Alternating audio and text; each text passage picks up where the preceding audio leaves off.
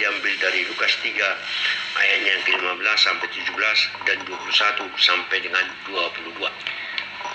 Tetapi karena orang banyak sedang menanti dan berharap, dan semuanya bertanya dalam hatinya tentang Yohanes.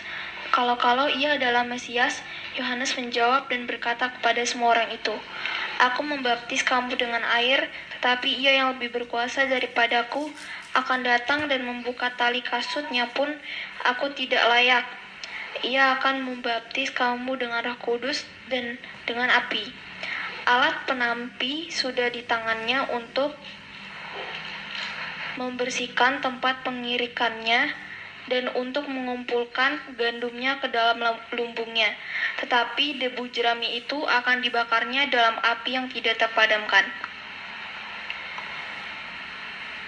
Lukas 3 ayat 21-22. Ketika seluruh orang banyak itu telah dibaptis, dan ketika Yesus juga dibaptis dan sedang berdoa, terbukalah langit, dan turunlah Roh Kudus dalam rupa burung merpati ke atasnya, dan terdengarlah suara dari langit, "Engkaulah anak yang kukasihi, kepadamulah aku berkenan." Demikianlah firman Tuhan. Tema hari ini buat kita adalah Yesus adalah anak Allah. Tetapi karena orang banyak sedang menanti dan berharap, dan semuanya bertanya dalam hatinya tentang Yohanes, kalau dia adalah Mesias, ayat Nats yang pertama yang kita dengarkan tadi. Demikianlah pengharapan orang banyak dan orang percaya saat itu atas nubuat daripada nabi-nabi terdahulu bahwa Mesias akan datang ke dunia. Alkitab bersaksi tentang Yohanes Pembaptis bahwa dialah pembuka jalan atas datangnya Yesus anak Allah, dan bersuara dengan lantang kepada semua orang dan berseru agar semua merubah hidup dan perilaku mereka yang jahat. Dengan lantang Yohanes berseru, "Aku membaptis kamu dengan air, tetapi ia yang lebih berkuasa daripada aku akan datang dan membuka tali kasutnya pun aku tidak layak." Yohanes Pembaptis merupakan Foriders yang ada di depan bagaikan sirene memekakkan telinga yang mengatakan Mesias sudah datang, persiapkanlah jalan. Dan kepada orang-orang yang tidak mau merubah dirinya masing-masing, Yohanes memperingatkan, alat penampi sudah di tangannya untuk membersihkan tempat pengirikannya dan untuk mengumpulkan gandumnya ke dalam lambungnya, tapi debu jerami itu akan dibakarnya dalam api yang tidak terpadamkan. Yohanes Pembaptis langsung bersaksi atas siapa-siapa yang tidak melakukan pertobatan, upahnya adalah neraka kelak. Dan campakkanlah hamba yang tidak berguna itu ke dalam kegelapan yang paling gelap. Di sanalah akan terdapat ratap dan kertak gigi.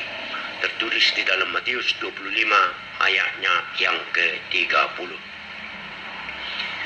Sayangnya hamba Tuhan itu, sang Foriders yang gagah berani itu, harus berakhir di tangan Raja Herodes.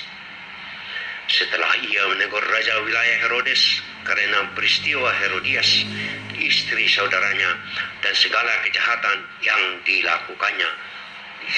Tertulis di Lukas 3 ayatnya yang ke-19. Jemaat yang dikasihi oleh Tuhan kita Yesus Kristus, sesungguhnya Tuhan tidak memilih seseorang untuk dipakai menjadi alat kemuliaannya seperti yang sering yang terjadi di dalam kehidupan duniawi ini kepada orang-orang di sekitar kita. Mereka atau biasa orang-orang memilih orang kaya, orang pintar, orang hebat, orang tampan, orang yang cantik, yang terkenal, dan lain sebagainya. Itulah yang selalu dipakai oleh duniawi ini. Justru Tuhan seringkali melakukan di luar nalar manusia seperti firman berikut. Tetapi apa yang bodoh bagi dunia dipilih Allah untuk memalukan orang-orang yang berkhidmat. Dan apa yang lemah bagi dunia dipilih Allah untuk memalukan apa yang kuat. Dan apa yang tidak dipandang dan yang hina bagi dunia dipilih Allah, bahkan apa yang tidak berarti dipilih Allah untuk meniadakan apa yang berarti. Tertulis di 1 Korintus 1 ayatnya yang ke-27 dan 28. Cobalah kita simak beberapa yang dipakai Tuhan untuk memuliakan namanya. Yang pertama, Musa yang tidak pintar bicara itu, yang lidahnya keluh dan cenderung gagap bicara, dipilih Tuhan untuk membebaskan dan membawa bangsa Israel keluar dari Mesir. Yang kedua, Daud kecil si gembala domba dipilih Allah untuk menaklukkan Goliat sang perkasa orang Palestina itu. Sementara masih banyak saudara-saudaranya semua kekar-kekar dan jadi bala tentara Israel saat itu, tetapi Tuhan tidak memilih mereka itu. Yang ketiga, Petrus yang memiliki banyak kelemahan dan kekurangan, seorang nelayan biasa saja, malah menyangkal Tuhan Yesus sebanyak 3 kali. Namun dia memperoleh kesempatan yang kedua dan Tuhan memakai hidupnya untuk memberitakan kebangkitan Kristus Yesus. Yang keempat, Yohanes, salah seorang dari murid Tuhan Yesus yang lari tunggang langgang dengan telanjang bulat karena jubahnya dilepaskan saat orang mau menangkapnya saat penangkapan Yesus di bukit Getsemane.